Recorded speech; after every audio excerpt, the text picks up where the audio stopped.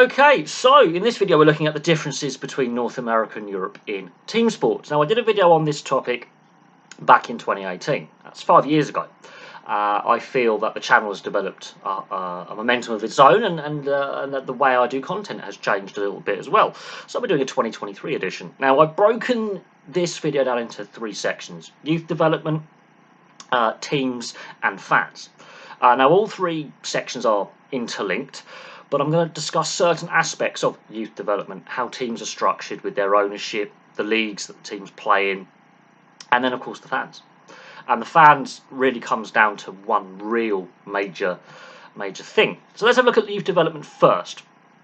Now North America has a draft system because obviously the league structure is franchise based. So the draft system, so you know, the NCAA and the junior leagues is where players get developed, whereas here in Europe we have inbuilt in-club academies where the clubs themselves will go out into the community and go, well, that kid's quite good at school level, or the junior leagues in and around where teams play on, let's say, a Sunday. And they may see a talented player in that team and go, right, we'll allow this player to continue to play for this team for a bit, or we might bring him in-house and develop that player from under 11s all the way through to the senior squad. And they have a very hands-on development strategy where they watch the growth and the development of the skill set, tactical awareness and physicality from a young age all the way through to senior level. We see it in football, soccer to North Americans, rugby league, rugby union, even ice hockey. The club itself will have a very heavy involvement in that player's development all the way through the age grades, whereas in North America they have junior leagues for that, they have minor juniors for that, and then of course the NCAA system, which is the university system or the collegiate system, where when certain players will get a scholarship to a NCAA university and enter their sports program. Then you have the draft, and to be draft eligible you've got to be between a certain age range of 18 and I believe it's 21. I think you can have a draft class.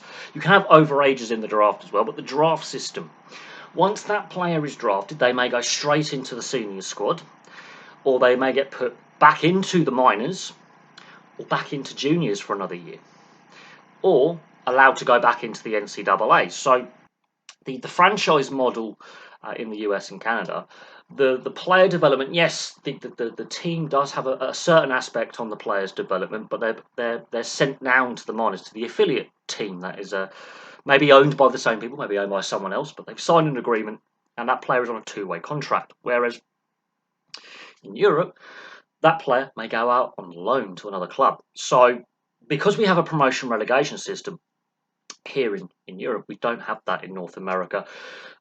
A top flight team, let's say it's Manchester United, they're American owned, obviously by the Glazers. They may have a player or some players in their academy that may be showing some promise, but they can't give regular game time in the senior team to, because there's not enough roster spots in the squad. There's not enough. They don't need him for injury cover, and his opportunities may be limited, but they want to continue to develop him. Now there may be a club in the same league, which would be the Premier League, or a lower division, or in Europe, who may need a winger, a centre-back, a striker, a backup goalkeeper. And they may be able to offer him more game time, which will aid his development. So there's a loan agreement where he's sent out on loan for a few months to the whole season to another club. Chelsea use this a lot. There's also an option for that player who may be out on loan to be signed in a reduced transfer fee, which we'll get to in the team side of things. So that's youth development. The clubs in Europe, not franchises, the clubs in Europe have a more hands-on approach in-house.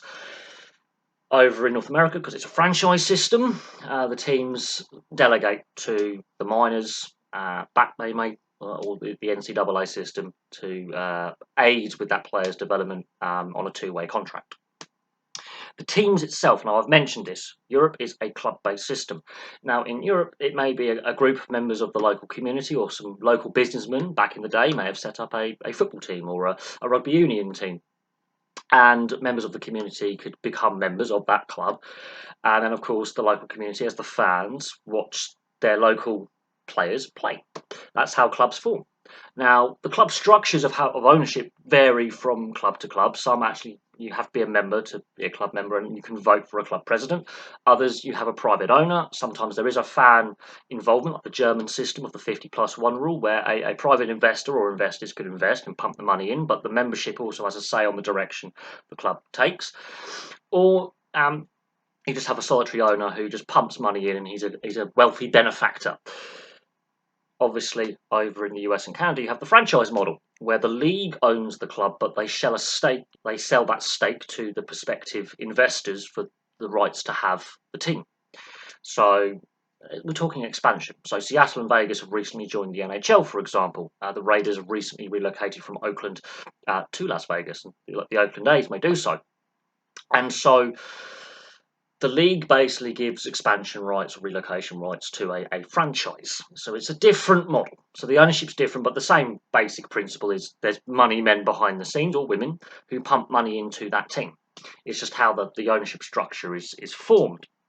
Now, in Europe, for the most part, although some leagues don't have this, there's a relegation and promotion system.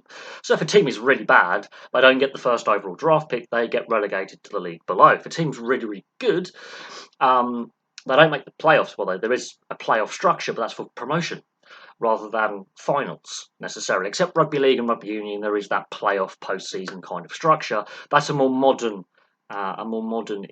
introduction to the league structures that we have. They borrowed a bit from America and gone, actually, we can get some good TV ratings, we can, get some good crowd numbers here. But for the most part, when we talk about playoffs, we're talking about association football, and we're talking about promotion to the league above. A team will miss out, and one team will get promoted out of that playoff structure, so that you don't get rewarded for finishing last with the first overall draft pick or a high draft pick. You get relegated. You get properly hit hard. It hurts. Losing shouldn't be rewarded. It's a good system. Flawed system, but it's a good system. Whereas over in North America, you may enter the draft lottery, or depending on the league and the history of that league, you may get the first overall draft pick for being bad. You get rewarded for being crap. And there are now rules in place to stop a thing called tanking, which is like deliberately putting out a weakened team, or not being very, very good deliberately, in order to get really good young prospective players to get picked up in said draft. Salary caps. Now, we are starting to see spending rules come in. A couple of sports do have salary caps in Europe. Rugby union and rugby league are good examples of salary cap systems that we have in Europe, but it's not universal. Association football, there may be certain spending caps or financial rules, like financial fair play. La Liga does have a salary limit, but it varies on club to club, and you have to be within a certain threshold, like a luxury tax. But for the most part, there isn't a universal salary cap system across leagues. So in rugby union, the salary caps vary from league to league. English Premiership, obviously, we've seen teams go bust because they can't afford to pay their players. France, the salary cap is higher than in England. And the United Rugby Championship, which encompasses several nations, there is various salary caps in place, and of course centralised contracts with the federations. Whereas over in North America, most of the major leagues have a salary cap. It could be a soft cap, it could be a hard cap, but it's very, very, if you break the rules, it's very rare that ever happens. We can talk about Australian sport in a different video in comparison with the US and Canadians and Australia, but the salary caps are pretty transparent. Only one major league doesn't have that, and that's Major League Baseball, which has a luxury tax, which is a flawed system. We've discussed should Major League Baseball have a salary cap. Then I've mentioned this, loans and transfers versus trades. Obviously, in North American sport, you will trade a player or a player's rights, prospects' rights, draft picks for another player or players. You may see multiplayer trades where two players go one way with a prospect, one player goes the other way with a couple of draft picks, for example, in order to facilitate that. And that is also linked to the salary cap. So you may see retention of salary as well. Whereas over here, we see transfers, and the transfers are complex. A player may be sold to another, his rights may be sold to another club, but there may be an add-on fee for a previous club who have sold him before, where they get a percentage of that transfer fee. And there's add-ons like bonuses. So if that player wins X amounts of trophies with his next club, the previous club that owned his rights may also get a proportion of that fee. And the way player agents work is a bit complex and murky because they get a nice, healthy little bonus cut on top of, just representing the player. The loan move as well. Younger players may get sent out on loan to get some game time. They may go on multiple loans in a season to multiple different clubs.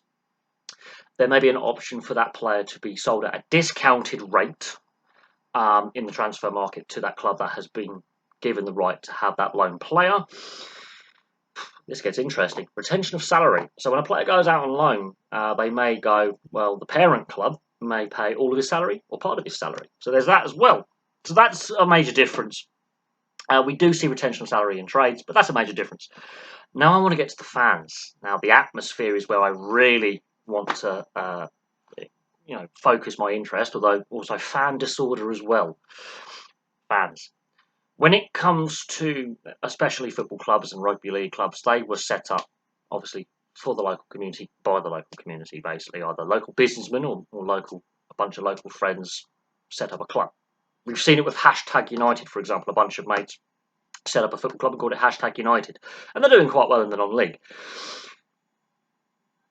Therefore, there's a bigger link with the community you're in, whereas North America, with that franchise system, a team can be relocated at any time. Now, we have seen that in British sport, especially with the MK Dons, formerly Wimbledon Football Club. Fans didn't like it, and the atmosphere at MK Dons games is pretty poor. Because of that strong link with the local community or the local neighbourhood in the town or city that the club plays in, because you will see a town which may not have a massive population, let's say 80,000 people, with multiple clubs who are big rivals, where that club is based in one particular neighbourhood, one particular district, and the other rival club will be, let's say, across town in the other neighbourhood, the other rival district. Maybe you'd be separated by a road, a river. There may be some kind of political difference. So Hamburg and St. Pauli in Hamburg, there's political differences there.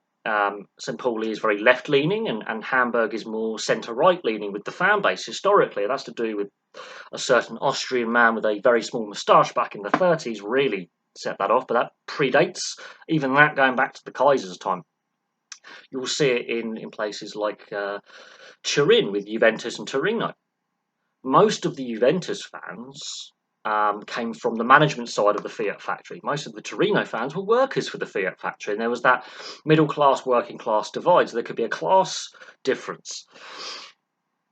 Over in the US, you may only have one major team in that city, which could be 1 million people.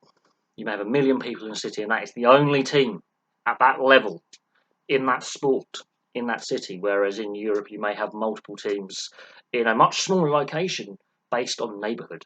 Same with South America as well, with Buenos Aires. A certain neighbourhood will be River Plate. The other neighbourhood may be Boca Juniors. And you have like a road may divide a fan base. It could be as simple as that city block supports that team, the city block opposite supports the other team. And some of these rivalries are intense. I mean, look at Greater London. I've done a lot of my football club histories. Look how many teams are in London. Look how many teams are in Greater Manchester. Look how many teams, like we've got 2 professional teams in Bristol, which is not the biggest city. And that rivalry is intense between a neighbourhood. So the atmosphere gets really passionate. It's almost like a cult following of hatred, almost tribal. Whereas in the US, outside of the NCAA, the atmospheres can be lacking. Now, we know the Seattle Seahawks, for example, have set decibel records. We know the Kansas City Chiefs have set decibel records. There are certain fan bases in some of the major leagues that have been quite passionate, very vocal, good atmospheres. Some of the atmospheres, you could hear a pin drop. Very manufactured, where it seems more spontaneous. And you'll hear football fans in Europe sing and chant and make noise for the whole game. You'll see basketball fans in Europe do the same. You'll see that atmosphere go from the first whistle to the final whistle. Whereas in North America, it can be a little bit stale with the atmosphere. And I think a lot of sports fans in North America, they respect the Europeans for the insane atmosphere. You'll see the pyrotechnics, you'll see the banners, you'll see the flags, you'll hear the chanting, the noise, the colour. North America, it can be a bit on the stale side. It can be a bit more manufactured. It doesn't appear to be completely natural. The chanting doesn't really have the same ring to it. The atmosphere can be a bit flat. Not in every location. There are some fan bases that are really loud, really passionate, and make a lot of noise. But it's an exception rather than the rule. And it's to do with that franchise model where the team can be just moved like that. As I say, certain fan bases are passionate, but it's exception rather than the rule. Whereas in Europe, it is loud, to almost to obnoxious levels, and you will see those sports riots, or what we call hooligans, or ultras. Ultras is the best way of a firm, as it would be known. Yeah, there is the hardcore, and there is that violence attached. You do see sports riots in the US and Canada, but normally when the team loses, and it's normally against your own city, Montreal, Vancouver. Couple of examples there. I think Denver had one as well. There's a few sports riots in the US and Canadian history where team loses, fans of said losing team smash the crap out of their city for a day or two. The Vancouver riots in '94 and 2011 spring to mind. There was the Montreal riots as well when they traded a key player and the fan base went bananas in the '60s, and I believe there was one in Denver when they actually won a Stanley Cup. I seem to remember, but for the most part, you don't get that nasty element where it turns almost into street warfare. So there you go. That's my 2023 edition on the differences in sport between North America and Europe. They're pretty general. There are exceptions to what I've discussed. I think the North American fan base is starting to become a bit more European in their fan following, and the European leagues are picking up on things like playoffs and non-relegation structures for certain leagues because it suits that league dynamic, especially ice hockey and rugby union in certain locations because of the lack of players, for example, or the lack of finance, and it makes more sense to keep the stronger teams in one league and those slightly weaker financial teams or whatever it may be in that secondary league as a development league. But for the most part, I think we do take the best of both worlds. But there are flaws with both systems, like relegation, for example. The financial penalty is massive. The draft system, yeah, tanking is still an issue. So there are still areas where both sides can work things out and improve, and there are other areas where both sides are strong. So there's your differences. That's my 2023 edition on the differences between North America and Europe in sport. Thank you very much for watching. Place your thoughts in the comment section below, and I'll have some more content for you very, very soon.